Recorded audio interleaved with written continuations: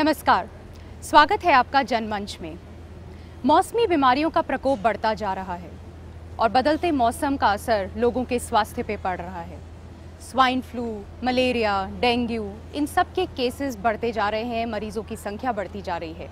आज हम चर्चा करेंगे इसी विषय पर कि क्या तैयारी की गई है इन सब को रोकने के लिए, किस तरह से इनको फेस किया जाएगा, मरीजों को क्या सुविधाएं प्रोवाइड की जाएंगी और कैसे आंकड़ों के बारे में भी चर्चा करेंगे। तो इन सब के लिए हमारे साथ आज मौजूद है कुछ खास मेहमान।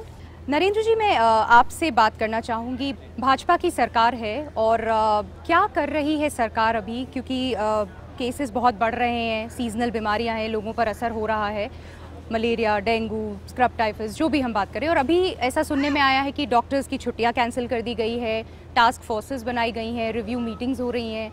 तो थोड़ा बताएं इस बारे में क्या हो रहा है। ये मौसमी बीमारियां हर साल आती हैं और हर साल ये समस्याएं बढ़ती हैं, क्योंकि जनसंख्या भी बढ़ रही है और उससे संख्या भी बढ़ती है। लेकिन सरकार का काम है इन समस्याओं को, इन बीमारियों की रोकथाम करना, जिसमें सरकार पूर्ण रूप से लगी हुई है। अब इस बीमारी का समय आते ही हमारी सरकार ने जन कल्याण के लिए रैपिड रेस्पॉन्स टीम का गठन कर दिया गया है। वो टीम हमेशा अवेलेबल है और तत्काल रूप से जो भी इससे प्रभावित होता है उसके लिए सुविधा दे रही है। वो चाहे हेडक्वार्टर हो, शहर हो, मेट्रो सिटी हो, कहीं पर भी हो। जैसे ही कोई पता लगता है कोई डेंगू का, मलेरिया का मरीज है, उसको सुविधा चाहिए, उसको व्यवस्था चाहिए, मेडिकल चाहिए, तो वो टीम तुरंत रेस्पॉन्स करती है और उसकी व्यवस्था करती है। इस प्रकार से उसको जो बीमारी होती है वो तो नेचुरल बीमारी तो होगी, लेकिन बीमारी के बाद में ऐसा कभी नहीं होगा कि किसी सुविधा के कारण, किसी चिकित्सीय सुविधा के कारण किसी के हताहत हो जाए या कोई प्रभावित हो जाए। ऐसा शासन सरकार नहीं होने देगी। पहले ही बीमारी बढ़ने से पहले सरकार ने पूरा इसका जिम्मेदारी ले ली है और आगे बढ़कर मीटिंग्स कर ली है सबके लिए। जो भी मुख्यालय हैं, चिकित्सा और मेडिकल स्टाफ को सबको पाबंद कर दिया गया है कि वो पूरी देखरेख करें और वहाँ पे पूरी सुविधाएं दें, और चाहे वो ग्रामीण स्तर पर हो चाहे शहर स्तर पर हो। उसके साथ ही एसएमएस अस्पताल, जो सबसे बड़ा अस्पताल है, यहाँ देश का सबसे बड़ा अस्पताल है, उसमें ये सुविधा दे दी गई है कि भाई इस मलेरिया के, डेंगू के लिए अलग से व्यवस्था कर दी गई है। सुविधाओं का विस्तार किया जा रहा है। खानूराम जी, आपसे बात करूंगी। और जैसा कि इन्होंने बताया, ये सब मेजर्स लिए जा रहे हैं। सरकार का ये भी दावा है कि 1/3 गिरावट आई है केसेस में जो ये सीजनल डिजीजेस के हैं। राजस्थान में डिक्लाइन हुए हैं क्योंकि बेटर सर्वेलेंस है, बेटर मॉनिटरिंग है, प्रिवेंटिव मेजर्स लिए गए हैं। तो क्या आपको लगता है ऐसा हो रहा है?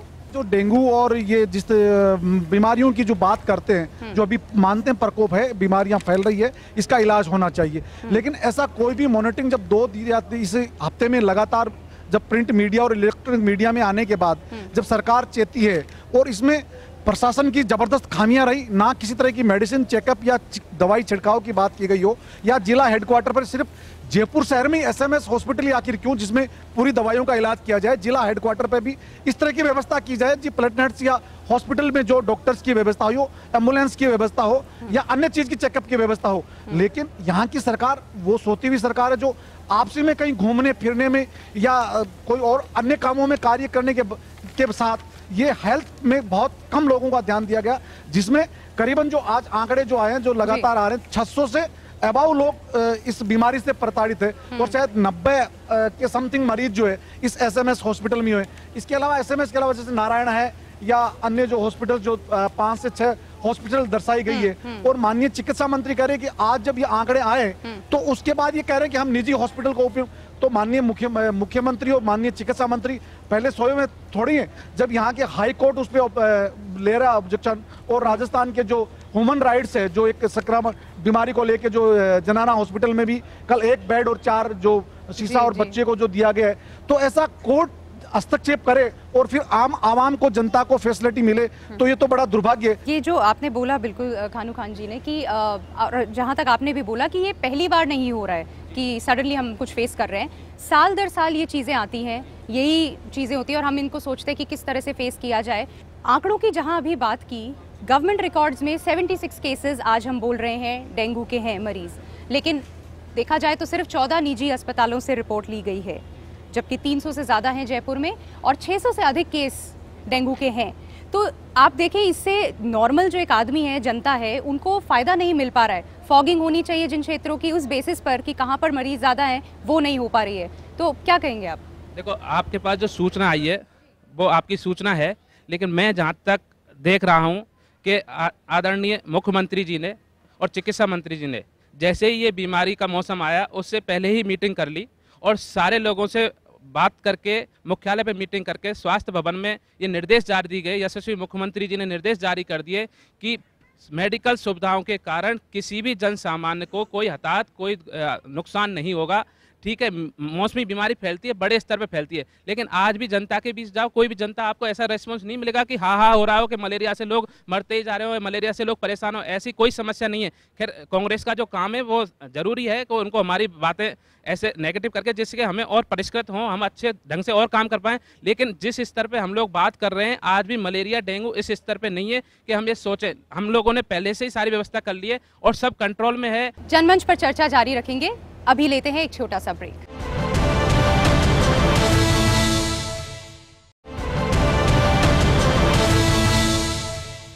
ब्रेक के बाद स्वागत है आपका। मैं बात करना चाहूंगी डॉक्टर अजीत सिंह जी से। जैसा अभी हमने सुना, भाजपा कांग्रेस दोनों ने अपने अपने पक्ष रखे, लेकिन अगर मैं एसएमएस अस्पताल की बात करूं तो जो आंकड़े हैं, अगर हम 26 अगस्त से 1 सितंबर उस हफ्ते की ही बात करें तो स्क्रब टाइफस के 33 पॉजिटिव केसेस लगभग आए हैं आपके, 3 से 4 केसेस रोज़ आते हैं। और अगर मैं मलेरिया के कहूँ तो 100 से ऊपर और डेंगू के लगभग 60 से ऊपर केसेस आ चुके हैं। तो क्या आपको लगता है तैयारी है अभी, हम इनको किस तरह से फेस करने वाले, किस तरह से जनता की हेल्प करने वाले हैं और प्रॉब्लम कहाँ आ रही है? जो आंकड़े आप बता रहे हैं उससे थोड़ा सा मैं संतुष्ट इसलिए नहीं हूँ। जो स्क्रब टाइफस के अब तक के फिगर हैं, जनरली हम जनवरी से मॉनिटर करते हैं, 1 जनवरी से लेकर अब तक हमारे पास स्क्रब टाइफस के 171 केसेज आए हैं। वैसे ही अगर मलेरिया की बात करूं तो 44 केसेज अब तक मात्र आए हैं और जिसमें 1 डेथ हुई है और पिछले 24 घंटे में केवल 1 मलेरिया का पेशेंट आया है हमारे पास। उसी तरह अगर हम डेंगू की बात करते हैं तो 92 पेशेंट्स अब तक हम करीब डायग्नोस कर चुके हैं और उनका इलाज कर चुके हैं 1 जनवरी 2015 से। और डेंगू में फ़िलहाल एक भी पेशेंट्स की एसएमएस लेवल पर कोई डेथ नहीं है। पिछले 24 घंटे की फिर मैं अगर बात करूं तो मात्र 2 केस डेंगू के अब तक डायग्नोस हुए हैं। तो आंकड़ों के हिसाब से जो रेफरल पेशेंट हमारे पास जो टर्सरी केयर हॉस्पिटल में आ रहा है उसका फिगर आप सबके सामने है। डेंगू में फ़िलहाल एक भी पेशेंट की डेथ नहीं है, मलेरिया में मात्र 1 पेशेंट की डेथ है।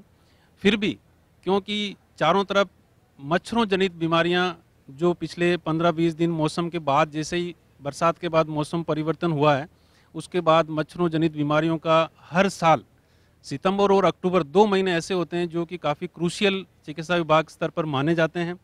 और पिछले वर्षों के आंकड़े भी अगर आप उठा के देखेंगे तो ये 2 महीने काफ़ी तकलीफ़मय होते हैं आम जनता के लिए।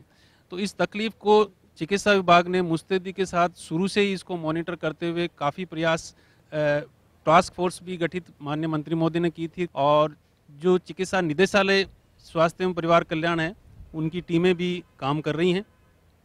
एसएमएस लेवल पर चिकित्सा अधीक्षक महोदय ने जो कि इन मरीजों की अभी तक के फिगर में कोई ऐसा पैनिक नहीं है कि हमें कहीं और ज़्यादा परेशान होने की बात हो, फिर भी सुविधा के तौर पर हमने एक पूरे पायरेक्सिया वार्ड की एक अलग व्यवस्था की है जिसके अंदर 42 पेशेंट के लिए हमने बेड की व्यवस्था कर रखी है। वो अभी हमारे पास खाली है, कहीं कोई बेड की समस्या नहीं है।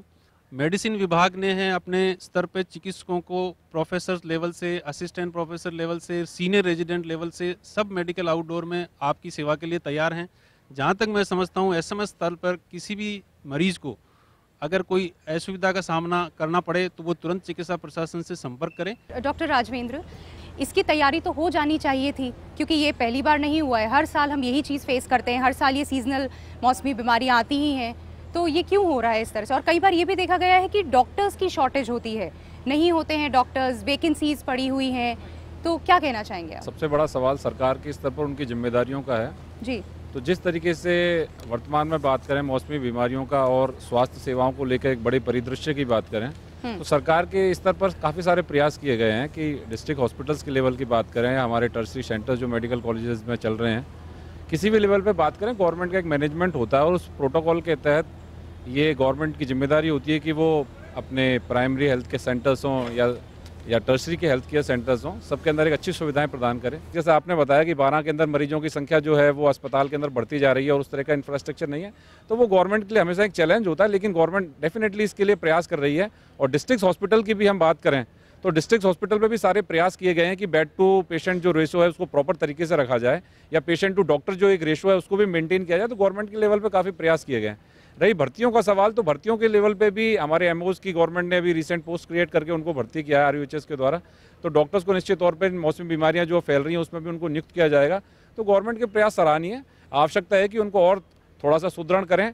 मेडिकल कॉलेज लेवल पर मैं कहना चाहूँगा कि बहुत सी बार जिस तरीके से एक संख्या से ज़्यादा पेशेंट्स को टर्शरी केयर सेंटर या मेडिकल कॉलेज पे रेफर किया जाता है, उस पर कुछ लगाम कसनी चाहिए, क्योंकि डिस्ट्रिक्ट हॉस्पिटल जो हैं उनको भी सुदृढ़ कर उनको इतना प्रॉपर तरीके से रनअप किया जाए कि कुछ मौसमी बीमारियां या दूसरी बीमारियों को वहां पर कंट्रोल किया जा सके। कई बार ये आक्षेप लगाया जाता है रेजिडेंट डॉक्टर्स पर कि वो काम नहीं कर रहे हैं, तो क्या आपको लगता है बर्डन बहुत ज्यादा हो गया है इसलिए ऐसा कुछ है? ये बात से मैं इत्तेफाक नहीं रखता कि रेजिडेंट डॉक्टर्स काम नहीं कर। रेजिडेंट डॉक्टर्स तो किसी भी एक मेडिकल कॉलेज लेवल के हॉस्पिटल की एक रीढ़ की हड्डी होते हैं, वो बैकबोन होते हैं। तो इस तरह की बात करना कि रेजिडेंट्स का, मैं तो आपको उल्टा ही बताना चाहता हूँ। आक्षेप लगाया जाता है, लोग ऐसा कहते हैं, कई बार ऐसे चीजें आती हैं। ऐसे आक्षेप लगाने का मैं कोई बहुत अर्थ नहीं समझता, लेकिन आपको बताना चाहता हूँ कि resident doctors medical college level के हॉस्पिटल्स के अंदर 16 से 18 घंटे तक कार्य करते हैं। तो उनकी कार्य क्षमता पर और उनकी काबिलियत पर तो सवाल उठाना एक बहुत बड़ा अपने आप में एक सवाल होगा। सवाल केवल इतना है कि हम अपनी चिकित्सीय सेवाओं को कैसे बेहतर बनाएं। डॉक्टर राजकुमार अग्रवाल, आपसे मैं बात करूंगी कि आंकड़ों में हम उलझे हुए हैं और हम कह रहे हैं ये सही है नहीं है कहीं ना कहीं, बट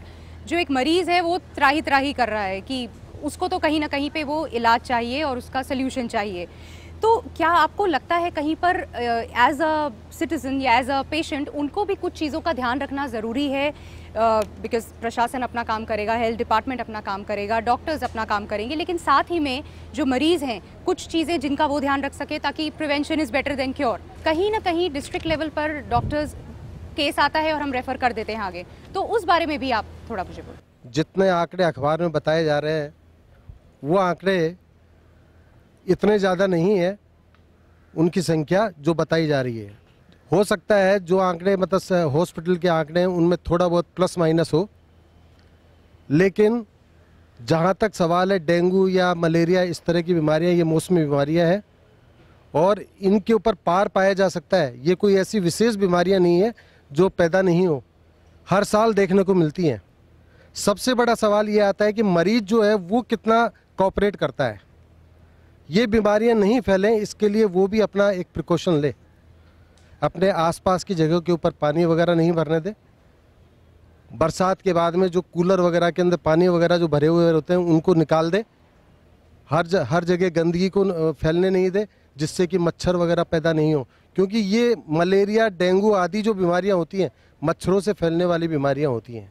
इनसे बचने का एक ही उपाय है कि स्वच्छता का सबसे बड़ा ध्यान दे, और जैसे ही मरीज को लगे कि मतलब मेरे को बुखार है, तो जैसा कि हमारे यहाँ ट्रेंड है कि मतलब सबसे पहले वो अपना घरेलू उपचार या झाड़ झफूट इस तरह की उपचार करने की कोशिश करता है, उसको न करके अपने आसपास जो क्वालिफाइड डॉक्टर्स हैं उनके पास जाए या अपने सरकारी अस्पताल जो हैं उनके पास जाके अपनी सेवाएं ले, जिससे कि वो अपना प्रॉपर उपचार करा सके। जनमंच पर हम चर्चा जारी रखेंगे, अभी वक्त है एक छोटे से ब्रेक का।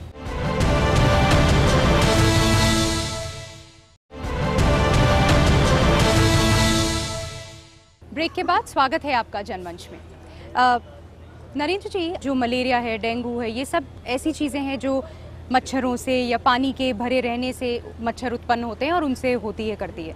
तो अगर इससे मैं बात करूं तो ये बात आई थी कि अन्य जो विभाग हैं उनसे सपोर्ट के लिए पत्र लिख कर के रिक्वेस्ट की गई थी और ये कहा गया था, नगर परिषद से कहा गया कि सफाई वगैरह का ध्यान रखा जाए, जन स्वास्थ्य अभियांत्रिकी विभाग जो है शुद्ध पेयजल का वो ध्यान रखें, उसी तरह खाद्य सुरक्षा अधिकारी जो हैं वो खुले में जो भी बिक रहा है उस पर ध्यान रखें। एक्चुअली क्या है कि जनता और सरकार परिवार है और सारे विभाग जनता के अंग, सरकार के अंग हैं।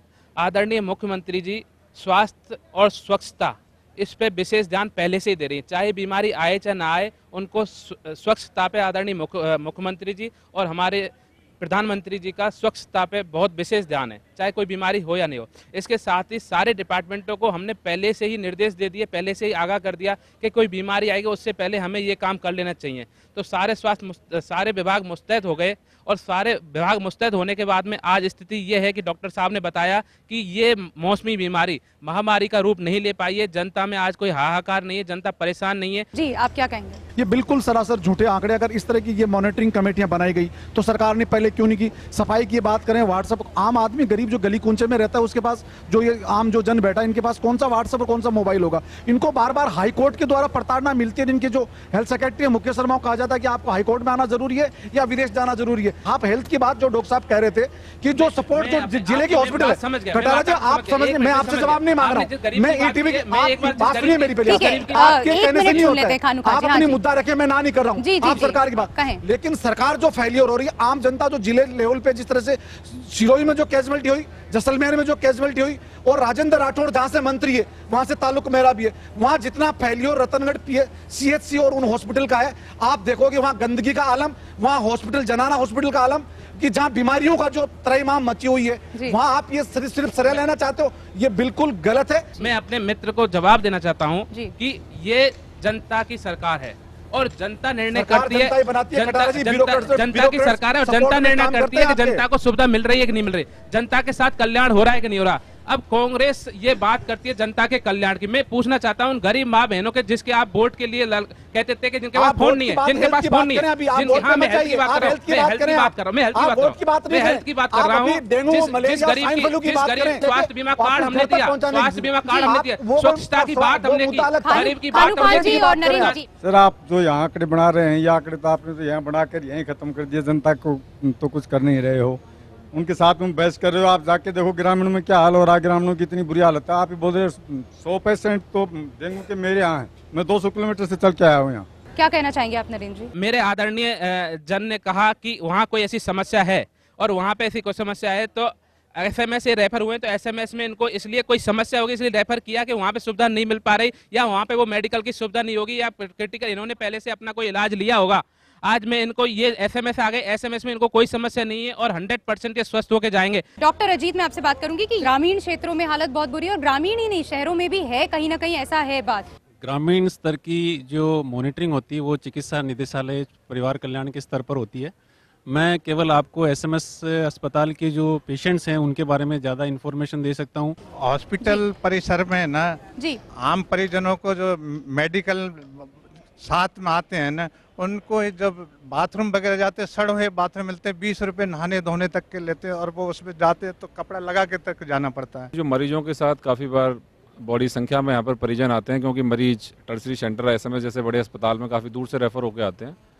तो अगर लोगों को ऐसा लगता है कि अस्पताल में आने वाले परिजनों के लिए किसी तरह की सुविधाओं का टोटा या अभाव है, तो निश्चित तौर पर प्रशासन को इस मामले में उनकी सुविधाओं को देखते हुए भी कार्य करना चाहिए। तो इसके लिए केवल यही जरूरी नहीं है कि हम केवल हॉस्पिटल से आशा करें, हमारी दूसरी एजेंसीज हैं, JDA, नगर निगम, निश्चित है उनका भी एक अच्छा पार्टिसिपेशन हो ताकि परिजनों को, मरीजों के साथ साथ उनको भी एक बेहतर सुविधा यहाँ पर दी जा सके। डॉक्टर राजकुमार, ये कई तरह की जो हमने बातें की, डॉक्टर्स कई बार नहीं हैं या सुविधाएं नहीं मिल रही है या इंफ्रास्ट्रक्चर की कमी हो रही है, इस वजह से काफ़ी प्राइवेट हॉस्पिटल्स में जा रहे हैं लोग। गवर्नमेंट लेवल पे जितनी भी सुविधाएं मिलती हैं वो पर्याप्त है और मैं ये कहूँगा कि पर्याप्त से भी अच्छी सुविधाएं हैं। उसका कारण कि जिस तरह की जनसंख्या का जो आंकड़ा है उसको देखते हुए SMS या जो दूसरे हॉस्पिटल्स हैं जो नंबर ऑफ पेशेंट्स को कवर करते हैं, लेकिन जो प्राइवेट हॉस्पिटल्स के अंदर जो मरीज जाते हैं उसका एक ही कारण है कि हर आदमी ये चाहता है कि मुझे इमीडिएट रिलीफ मिले। जी, मैं आपसे जानना चाहूँगी कि जब कांग्रेस की सरकार थी तो किस तरह से डील किया जाता था और कई दवाइयाँ शायद उस टाइम मुफ्त थी, हम बात कर रहे थे टैमी फ्लू है, तो क्या आज, मैं आपसे नरेंद्र जी से भी जानना चाहूंगी कि क्या आज भी वो है, मिल रही, क्योंकि कहीं सुनने में नहीं आ रहा है इस तरह का। माननीय मुख्यमंत्री अशोक गहलोत उस समय सरकार में मुख्यमंत्री थे, उन्होंने सबसे पहले दवाइयाँ फ्री करना और ये फ्री चेकअप और कैंसर तक की जो चेकअप की फ्री की बात की गई थी और अन्य हॉस्पिटल में जो जच्चा बच्चा और लेडीज की भी जो फ्री जो डिलीवरीज और उसके घर पे अप डाउन की बात की गई थी। मैं डॉक्टर राजवेंद्र से एक और बात पूछना चाहूंगी कि आप अध्यक्ष हैं रेजिडेंट डॉक्टर्स एसोसिएशन के, तो क्या ये शपथ दिलाई जाती है सभी डॉक्टर्स को अभी भी पूरी शिद्दत से और मन से वो हैंडल करेंगे जो ये सीजनल डिजीजेज आ रही हैं या कोई भी इस तरह की कोई चीज़ होती है?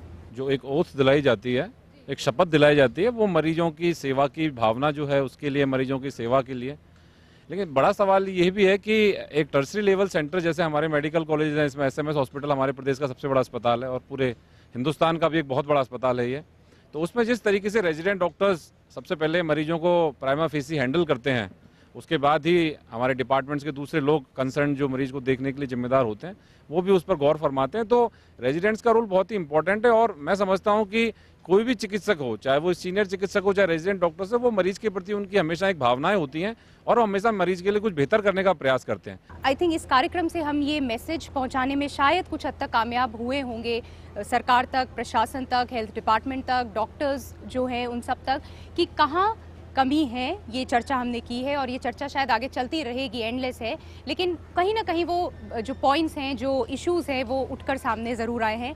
और जनता भी अपने लेवल पर, ये बहुत ज़रूरी है कि जो प्रिवेंटिव मेजर्स वो ले सकते हैं, क्योंकि एक लेवल के बाद बाकी की चीज़ें आती है, पर अगर हम उस लेवल तक जाएं ही ना, अपने ही लेवल पर जो प्रिकॉशंस हम ले सकते हैं, साफ़ सफाई हम रख सकते हैं, वो हम करें, तो आई थिंक कहीं हम उस चीज़ को थोड़ा घटाने में सक्षम हो पाएंगे।